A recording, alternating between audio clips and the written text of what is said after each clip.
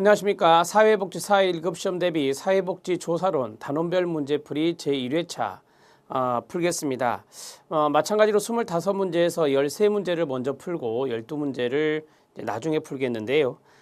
미리 말씀드리겠지만 5번 문제와 6번 문제가 좀 유사합니다. 그래서 제가 6번 문제까지 풀고 여러분들에게 별도로 이제 그 홈페이지 창에 보면은 이 다운로드 할 수 있는 한글 파일이 하나 있습니다.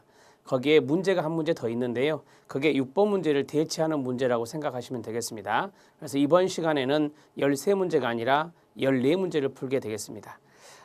그 새로운 문제는 여러분들이 출력하시면 됩니다. 출력하셔서 보시면 되겠습니다. 사회복지조사로는 여러분들이 제가 이제 이론 수업에도 말씀을 드렸지만 개념적인 부분을 철저하게 공부하셔라. 그리고 또 하나는 거기에 대한 응용으로 사례 문제를 다루어 줄 필요가 있다라고 말씀을 드렸습니다. 개념을 정리하지 않으면 사례 문제도 풀 수 없습니다. 그래서 다른 영역도 개념이 중요하지만 사회복지조사론만큼 개념이 중요한 데는 없을 것입니다. 사회복지조사론을 여러분들이 포기하지 않는 또는 점수를 어느 정도 맞을 수 있는 그러한 계기는 바로 개념 정리에서 시작이 됩니다. 개념 정리를 하는데 초점을 주시고 이 단원별 문제도 보시면 아시겠지만 지문들을 쭉 보시면 개념 문제가 많습니다. 그래서 문제풀이를 통해 개념을 다시 한 번 더 정리하면 좋겠다라는 차원에서 개념 문제를 냈고 중간중간에 사례도 들어 있습니다. 자, 그러면 지금부터 1회차 1번 문제부터 들어가겠습니다. 자, 1번 문제는 귀납법과 연역법의 문제죠. 시험에서 잘 나오는 방법론인데요. 자, 귀납법과 연역법에 관한 설명으로 옳지 않은 것은입니다. 1번에 보면 귀납법과 연역법은 상호 보완적이다 라고 말씀을 드렸습니다. 자, 우리 시험에 이미 이런 거 나왔어요. 상호 독립적이다. 상호 독립적이지 않습니다. 상호 보완적이다 라고 말씀을 드렸고요. 제가 암기법 하나 가르쳐 드렸죠. 연역법은 두괄식이고 귀납법은 미괄식이다. 그래서 연두기미 이런 식으로 외우시라 했는데 연역법은 그래서 이론이 앞에 있습니다. 이론에서 조작화와 관찰로 이어지는 것 맞습니다. 자, 모든 사람은 죽는다가 이론이죠. 자, 이와 같은 명제에서 시작을 한대요. 그러면 뭐다? 연역법이다. 자, 여기 모든 사람은 죽는다가 바로 이론이다 이 말이에요. 그래서 여기와 같은 명제에서 시작하게 되면 두괄식이기 때문에 연역법이 되는 것입니다.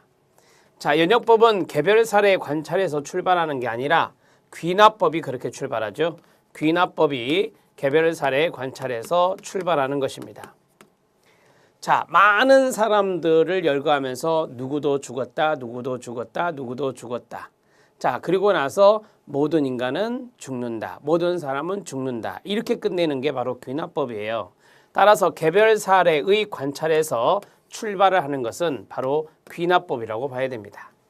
자, 5번째 들어갑니다. 경험적 관찰에서 여기서 끊어야 되겠죠. 보편적 유형을 찾는 것.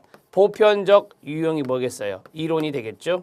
자, 이러한 것들이 바로 귀납법이다. 이렇게 말할 수 있습니다. 연역법과 귀납법을 이해하고 있는지 그걸 물어보는 문제가 되겠습니다. 답은 4번이 답이고요. 1번 문제 잘 알아놓으십시오. 가장 기본적인 개념입니다. 자, 2번 문제 들어가도록 하겠습니다. 자, 2번 문제는 일상적 경험을 탐색을 할 때 범하기 쉬운 오류가 여러 가지가 있죠.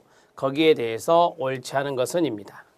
보시면 아시겠지만 앞에 과도한 일반화, 선별적 관찰, 사후 가설 설정, 비논리적 추론, 자아가 개입된 이해가 있습니다. 다 이런 것들이 개념이거든요. 오른쪽에 그 내용이 들어있네요. 한두 가지 현상으로, 그러면 소수가 되죠.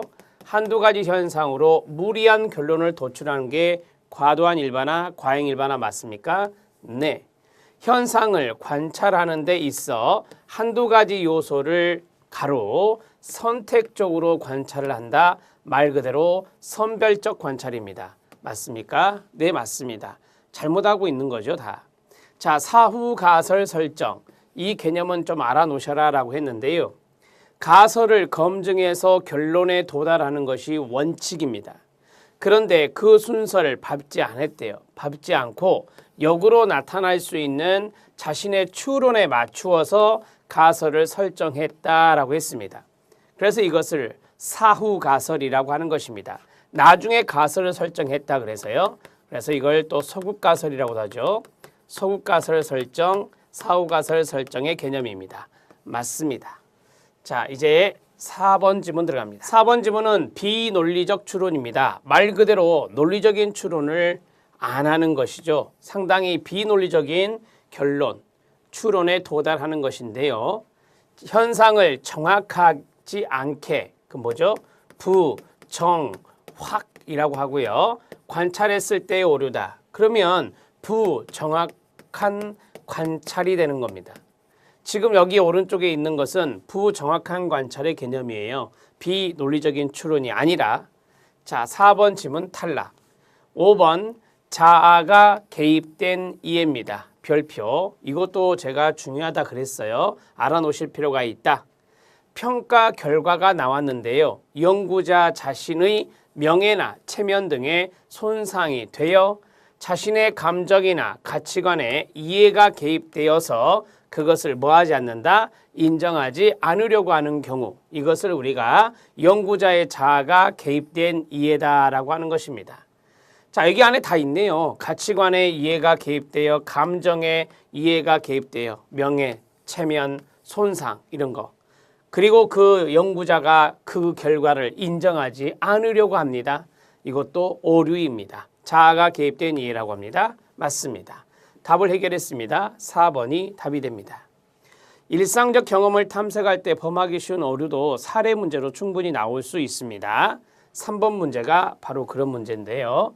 한번 보겠습니다. 자, 3번 문제는 공공부조를 받고 있는 모자 가정 5명을 대상으로 직장 체험 효과를 조사한 결과 모두 효과가 없는 것으로 나타났습니다. 그래서 공공부조를 받고 있는 모자 가정에 있어서 어머니의 직장 체험 효과는 없다는 결론을 내렸습니다. 무슨 오류인가라고 했습니다. 자, 이것을 보는 순간 이 5명을 대상으로 해서 무리한 결론에 도달했네요. 그렇죠? 소수를 대상으로 공공부조를 받고 있는 모든 모자 가정에 이 직장 체험 효과는 없다라고 했으니까 이러한 것을 뭐라 하겠습니까? 과도한 일반화의 오류다 이렇게 말하는 거예요. 과도한 일반화의 오류라고 할 수 있는 대목이 바로 이 5명이라는 숫자입니다. 소수를 대상으로 해서 무리한 결론에 도달했기 때문에 과도한 일반화의 오류라고 하는 것이죠. 나머지는 참고하시면 됩니다. 3번의 답은 5번입니다.